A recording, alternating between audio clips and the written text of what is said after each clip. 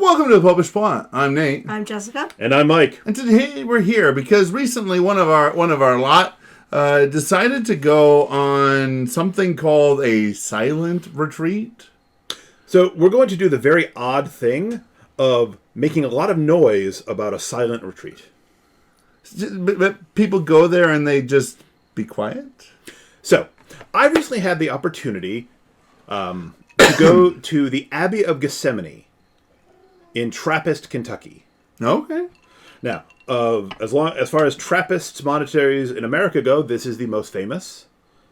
Back from the 40s to the 60s, Gethsemani, well, first of all, it's the mother house of all Trappists in the United States, and it was home to the monk and writer Thomas Merton. So this is the one where they make the caskets? No. Okay. I knew they do that at New Mellery. Okay. They don't make caskets at Gethsemani. So this is one where they make beer then? It is not. Trappists are often known for that, but these don't. Huh. These Trappists don't make caskets or beer? These Trappists support themselves by making fruitcakes and fudge. All right. Both of which, because they're in Kentucky and relatively near Bardstown. No. Both of which contain bourbon. So can contain bourbon. So what I'm hearing is that if you get invited to another one of these retreats, you're going to bring back some fruitcake for me. Well, or fudge. Anthony brought fudge when he wandered around the wrong state to talk about the Pope. Yeah, but I'm real suspicious of anything Anthony brings. I mean, I fear, much like the Greeks, I fear Anthony even when he brings gifts. I make no bones about that. He's weird. Man. And like, I am not someone who normally uses the word weird pejoratively, but that's a weird cat. Like, he's just different, man. He's trying. He tries so hard. I mean, I'll give him this. He's better than his friends.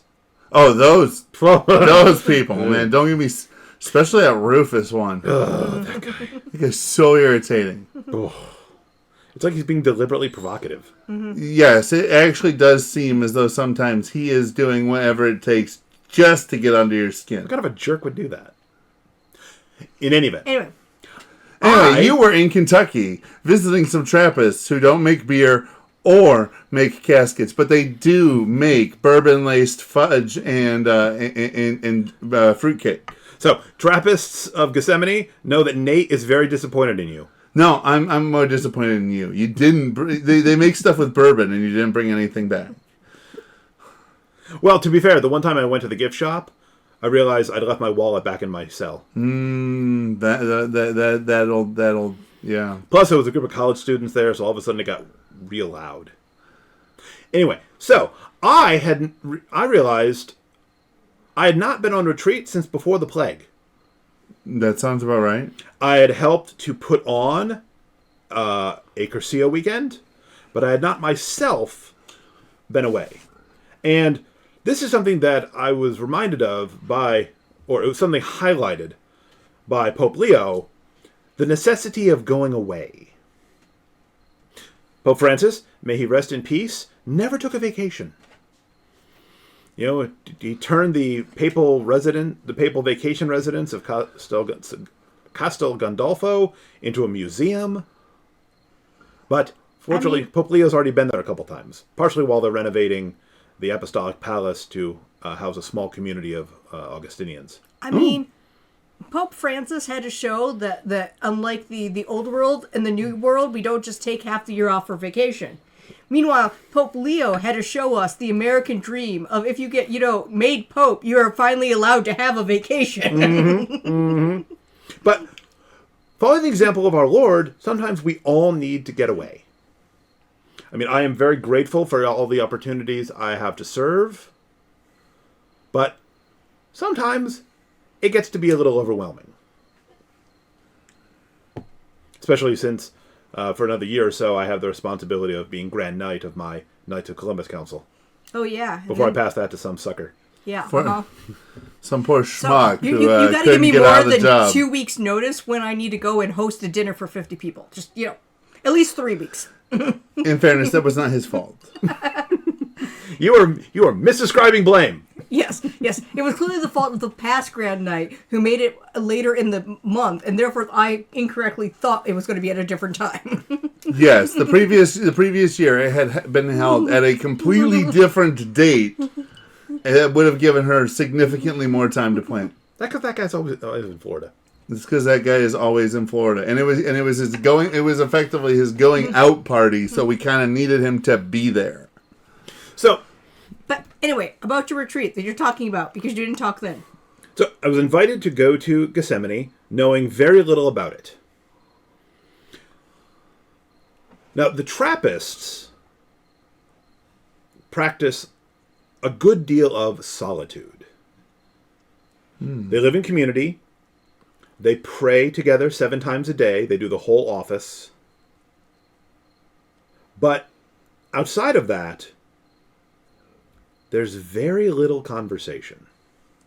Now, I'm not aware of them having their own kind of sign language, like the Carthusians, who live in essentially total silence. But the main retreat talk we had by one of the monks, also a priest, was on the difference between loneliness, which is often bad and spiritually corrosive, and solitude, which is a constituent element of our human dignity. Because we are each individuals. We are not part of an amorphous mass. We each stand alone. We will each be judged individually. Now, it doesn't mean we don't live in community. It doesn't mean we don't have responsibilities one to another. But each of us will have to account individually.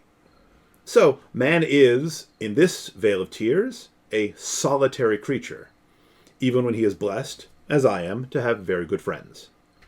I'm now imagining that the Trappists and Carthusians were just put together by a bunch of extreme introverts that are like, okay, if I have enough people around me, I don't have to do the dishes every night, but if I say we can't talk, then I don't have to talk to them.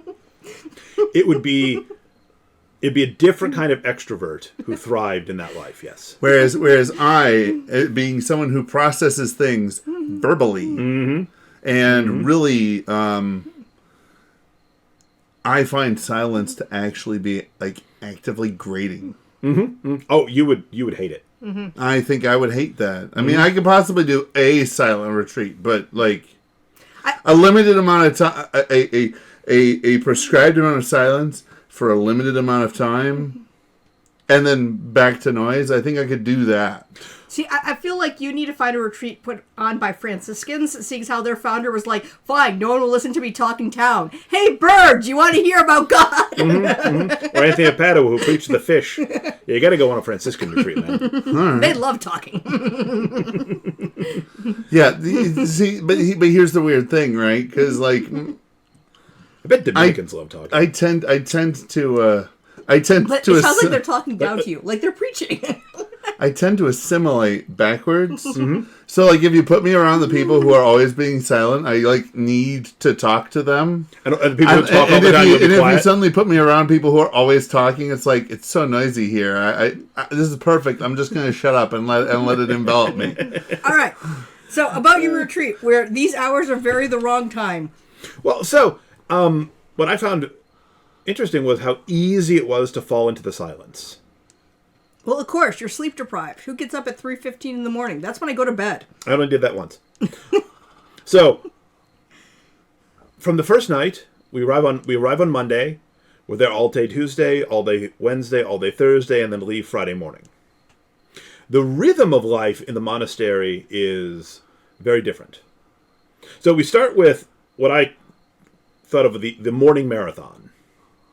So, lauds, morning prayer at 5:45 a.m., followed immediately by Mass, followed by breakfast, followed by one of the minor hours, terce. Or, forgive my poor Latin pronunciation, it might be terce, I don't know. Then we had a large, over 4-hour block of nothing on our schedule until we do the midday routine of sext, then dinner. Yeah, we'd all get together in the church for sext. Yep. Then dinner, what most of us think of as lunch. We'd have a little bit of time, and then non. sext, it's a completely different type of afternoon delight. Then we'd have a smaller block of time in the afternoon before we did the evening bit, which was Vespers, supper.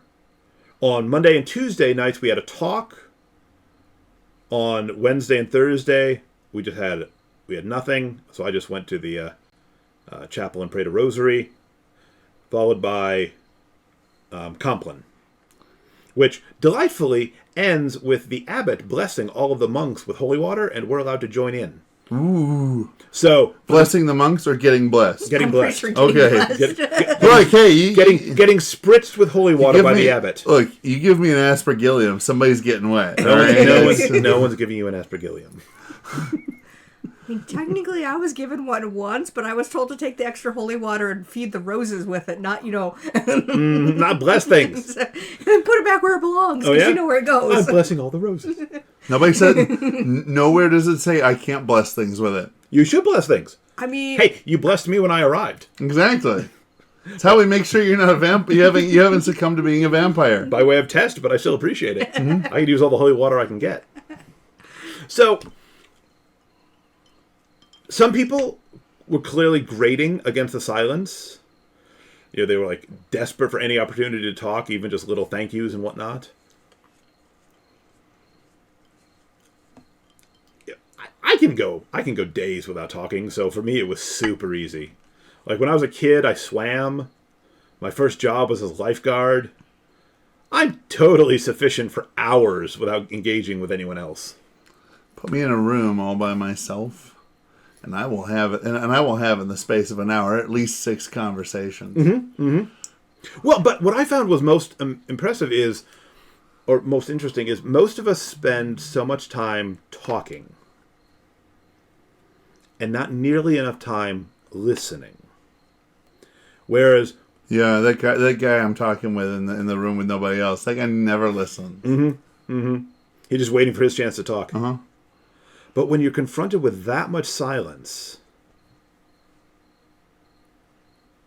it didn't make me jumpy, it didn't make me nervous, but it was much easier just to sit back and say, "Speak, Lord, your servant listens." Now, I'm not so good at listening. I got a real thick head, I got a giant ego, but I'm trying. Now, one of my friends, one of my Exodus 90 brothers, was very surprised by the lack of structure to the silent retreat. He's used much more to like a Jesuit-style silent retreat where it's directed, where there's like a spiritual director who guides you through the whole thing. But what the Trappists at Gethsemani offer, very consciously, is a small taste of the monastic experience. Obviously, they didn't put us to work making fudge. They didn't put us to work making fruitcake. At no point were we allowed anywhere near any bourbon. See, if they were one of the ones that made caskets, they could make you, like, whittle things. Go whittle across. Nobody wants an amateurish casket. Well, they're not going to use them. It's, the wood that's not good enough, Yeah, you can play with those scraps. They're going to use it for, like, their fires in winter. Here's a scrap and a pocket knife. Go whittle that into a crust. Aren't you worried he'll cut himself? Oh, that knife is not that sharp. That's more likely to cut himself. It'd be really impressive if he can cut himself with that. Give him a plastic butter knife, go whittle something. The next thing the guy comes to you like, you're missing a hat. I don't know where my thumb is. But the main thing I would urge, Gethsemani may not be for everyone. That level of silence may be just too much. Some people just go a little nutty, little lookout in. But I think I see where you're going here. But even if that's not your speed, there are opportunities for you to spend a little time getting closer to God. And I would just urge everyone watching this, go on retreat. Look around. I don't know what's available in your area. Here in the Diocese of Lansing, we're blessed to have the St. Francis Retreat Center, which puts on a variety of retreats throughout the year. We have access to various facilities in the nearby Archdiocese of Detroit. But wherever you are, look around for a retreat opportunity. And I know, we all have lots of reasons not to go on retreat. We're all very busy. There's just no time. However, even if you did live in the middle of nowhere and were busy, they now have various books that, are... They're not the same as a retreat, but it's like an at-home one where, you could spend half an hour each night, read this passage and meditate on it. And if you're out in the middle of nowhere, you're in an excellent place to go have your own little retreat. Just go in the woods. Just remember, if you go out in the woods and you keep getting a bunch of phone calls, answer one of them because that's the search party looking for you. As I 100% relate to the person who did not answer the calls coming from 911 and trying to find them because they're like, I don't know this number. Look, man, leave me a message. Seriously, what? Can you not leave a voicemail? I will listen to it. I feel like I need to go change my voicemail message to the fact that I am actively screening my calls. If you're somebody whose name is in my phone, I'm sorry, I can't get to the phone right. I can't answer the phone right now. But odds are you're not somebody in my phone.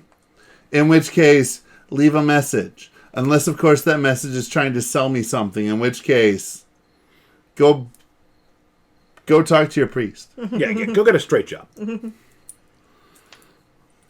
I have a friend who will occasionally answer the calls with, Is your mom proud of what you do? Well, in some places, yes. I don't know. I'll ask her. Ma, you proud of me? You making quota? Yeah, I'll ask her. Ma, you proud of me? No, you missed quota last week. All right, but anyway, a retreat. Always a good thing to do on a semi-regular, timeline. More than 5 years, I'd have to go back and check my journals to find out that last time I actually did go on retreat. I just know that it was before the plague. Yes, there are 2 times before and after. The before times and then after. And the after time hasn't been 5 years. It's just been 1 year. It's just been very, very long. It's one extremely long year. Oh, don't remind me. Always winter, but never Christmas. Been a heck of a year. So, I just urge you, go on retreat. If the only thing you can do is what Jess recommends, get one of those books of an at-home retreat, do that. I mean, I'm someone who loves music. I'm someone who enjoys movies. And part of the reason why I don't read as often as I do is I get distracted by YouTube, by noise, by podcasts. I understand that I'm not Nate. That's good. I'm blessed not to have attention issues.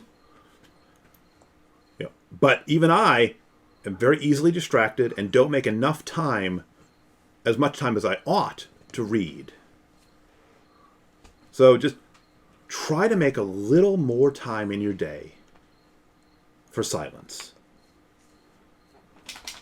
We don't need to fill every moment with noise, especially because doing so makes it that much harder to hear the still, small voice of the Lord who loves us.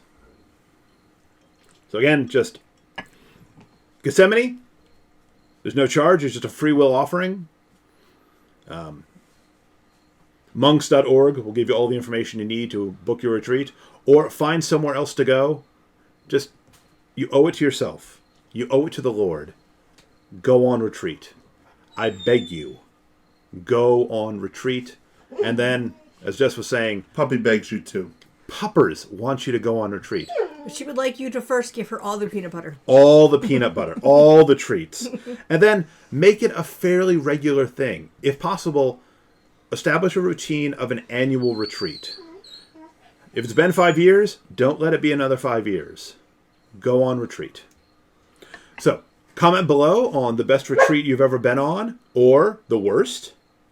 Give this episode a like. Subscribe to our channel to be notified the next time we talk about monks, caskets, bourbon, And until next time, remember to live your faith. Love your faith. share that love and give the dog a treat.